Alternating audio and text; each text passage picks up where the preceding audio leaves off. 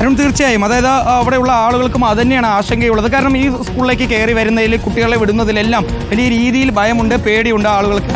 അതുകൊണ്ട് തന്നെയാണ് അവർ കുട്ടികളെ പല സ്കൂളുകളിലേക്ക് ഇപ്പോൾ മാറ്റി താമസിപ്പിച്ചിട്ടുള്ളത്. ഇപ്പോൾ MLA തന്നെ സമ്മതിക്കുന്നു, അതായത് അപകടമുണ്ട് എന്ന രീതിയിലുള്ള കാര്യങ്ങൾ സ്കൂൾ പ്രിൻസിപ്പൽ തന്നെ വ്യക്തമാക്കിയിരിക്കുന്നു. ഫിറ്റ്നസിൻ്റെ പ്രശ്നങ്ങൾ ഏതായാലും അതുകൊണ്ട് തന്നെയാണ് ഇപ്പോൾ ആ കാര്യങ്ങൾ ബോധ്യപ്പെട്ടതുകൊണ്ട് തന്നെയാണ് ഇപ്പോൾ രക്ഷിതാക്കൾക്ക് വലിയ രീതിയിൽ ഇപ്പോൾ നമ്മളോടൊപ്പം ചില നാട്ടുകാർ കൂടി ചേരുന്നുണ്ട്. ഏട്ടാ, ഇപ്പോൾ MLA തന്നെ സംസാരിക്കുന്നുണ്ട്, ഗൗരവമായിട്ടുള്ളൊരു വിഷയമാണ്, അപകടം ഉണ്ടാവാനുള്ള ചാൻസ് ഉണ്ടെന്ന്.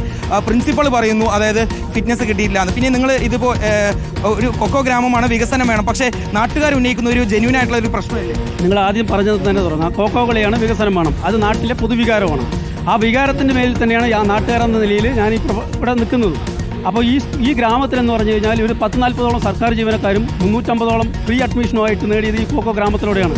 ഈ കോക്കോ കളി കൊണ്ട് ഈ നാടിൻ്റെ മുഖച്ഛായ തന്നെ മാറ്റിയൊരു പ്രവണത ഈ നാടിനുണ്ട്.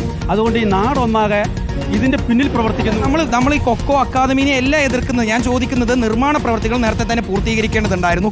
ഇപ്പോൾ ഉള്ളതൊരു ഗൗരവമായിട്ടുള്ള വിഷയമല്ലേ? അപ്പോൾ നിങ്ങളിപ്പോൾ നാട്ടുകാർ തമ്മിൽ പല രീതിയിലുള്ള സംഘർഷത്തിൽ നിൽക്കുന്നതിനെക്കാട്ടും നല്ലത് ഈ പ്രശ്നം എങ്ങനെ പരിഹരിക്കുമെന്ന രീതിയിലേക്കുള്ള ചിന്തകൾ നടത്തുന്നു. സംഘർഷമൊന്നും ഇല്ല. ഇപ്പോൾ ഇവിടെ വർക്ക് തുടങ്ങി, കാലവർഷം വരുന്നു, ന്യൂനമർദ്ദത്തിൻ്റെ മഴ വന്നു, പണി പെട്ടെന്ന് സ്റ്റോപ്പ് ചെയ്യേണ്ടി വന്നു. അപ്പോൾ രക്ഷിതാക്കളുടെ ഇടയിൽ ഒരു പരാതി വന്നു. സ്വാഭാവികമാണല്ലോ, സ്കൂൾ തുറക്കാനായി കുട്ടികൾ എങ്ങനെയാണ് സ്കൂളിൽ കളിക്കുക എന്നുള്ളത്. അപ്പോൾ കുട്ടികൾക്ക് കളിക്കാൻ താൽക്കാലികമായിട്ട് പറ്റില്ല. കാരണം എന്ന് വെച്ച് കഴിഞ്ഞാൽ ഗ്രൗണ്ട് പണി നടക്കുന്നു. അപ്പോൾ കുട്ടികൾക്ക് പുറത്ത് വരാതിരിക്കും, കളിക്കാൻ കഴിയില്ല, കുട്ടികൾക്ക് അസംബ്ലി നടത്താൻ കഴിയില്ല, ഒന്നിനും കഴിയില്ല. കുട്ടികൾക്ക് രാവിലെ ക്ലാസ്സിലേക്ക് വരുന്നു, വൈകുന്നേരം വരെ കുട്ടികളെ ആ ക്ലാസ് മുറികളിലേക്ക് തന്നെ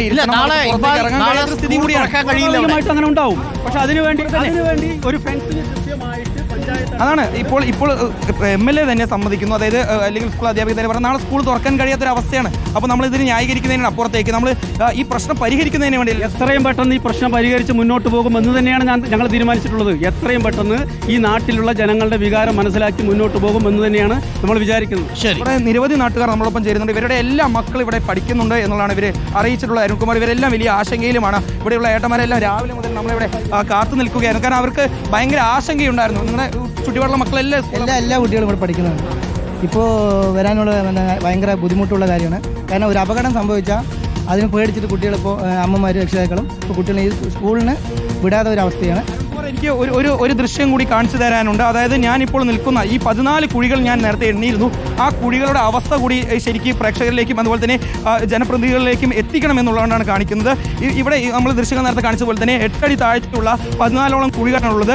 മഴ പെയ്തോടുകൂടി തന്നെ ഈ കുഴികൾ തന്നെ ഇടിഞ്ഞു താഴുന്ന ഒരു അവസ്ഥയിലാണുള്ളത്. ഞാനിപ്പോൾ നിൽക്കുന്ന ഈ കുഴി തന്നെ കണ്ടാൽ അറിയാം ഇതിൻ്റെ അവസ്ഥ എന്താണെന്നുള്ളത്. കുഴികൾ തന്നെ ഇടിഞ്ഞു തുടങ്ങിയിരിക്കുന്നു. പല ഭാഗത്ത് മണ്ണിട്ട് കൂട്ടിയിട്ടുള്ള ഭാഗങ്ങളെല്ലാം ഇടിഞ്ഞു തുടങ്ങിയിരിക്കുന്നു. എങ്ങനെയാണ് പഞ്ചായത്ത് ഫിറ്റ്നസ് നൽകുക? തൊട്ടപ്പുറത്ത് കാണുന്നത് സ്ലാബ് ഇട്ടുള്ള ഭാഗങ്ങളിലെല്ലാം ഇപ്പോഴും മണ്ണ് ഇടിഞ്ഞുകൊണ്ടിരിക്കുകയാണ്. അതുകൊണ്ട് തന്നെയാണ് ആളുകൾക്ക് ആശങ്കയുള്ളത്, രക്ഷിതാക്കൾക്ക് ആശങ്കയുള്ളത്, വിദ്യാർത്ഥികൾക്ക് ആശങ്കയുള്ളത്, നാട്ടുകാർക്ക് ആശങ്കയുള്ളത്. ആ ആശങ്ക പരിഹരിക്കാതെ ഒരു കാരണവശാലും സ്കൂൾ തുറന്ന് പ്രവർത്തിക്കാൻ കഴിയില്ല. അത് കൃത്യമായി കണ്ടെത്തിയതിൻ്റെ അടിസ്ഥാനത്തിലാണ് ഇപ്പോൾ പഞ്ചായത്ത് ഫിറ്റ്നസ് നൽകാൻ കഴിയില്ല എന്നുള്ള കാര്യം അറിയിച്ചത്. ഏതായാലും എത്രയും പെട്ടെന്ന് ഈ കുഴികളുടെ കാര്യത്തിൽ ഒരു തീരുമാനമുണ്ടാക്കണം.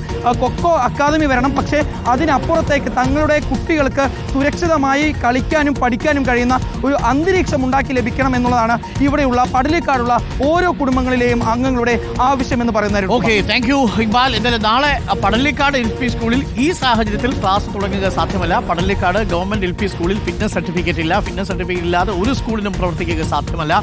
MLA തന്നെ ഇക്കാര്യം അംഗീകരിക്കുന്നുണ്ട്, പ്രിൻസിപ്പൽ തന്നെ ഇക്കാര്യം അംഗീകരിക്കുന്നുണ്ട്.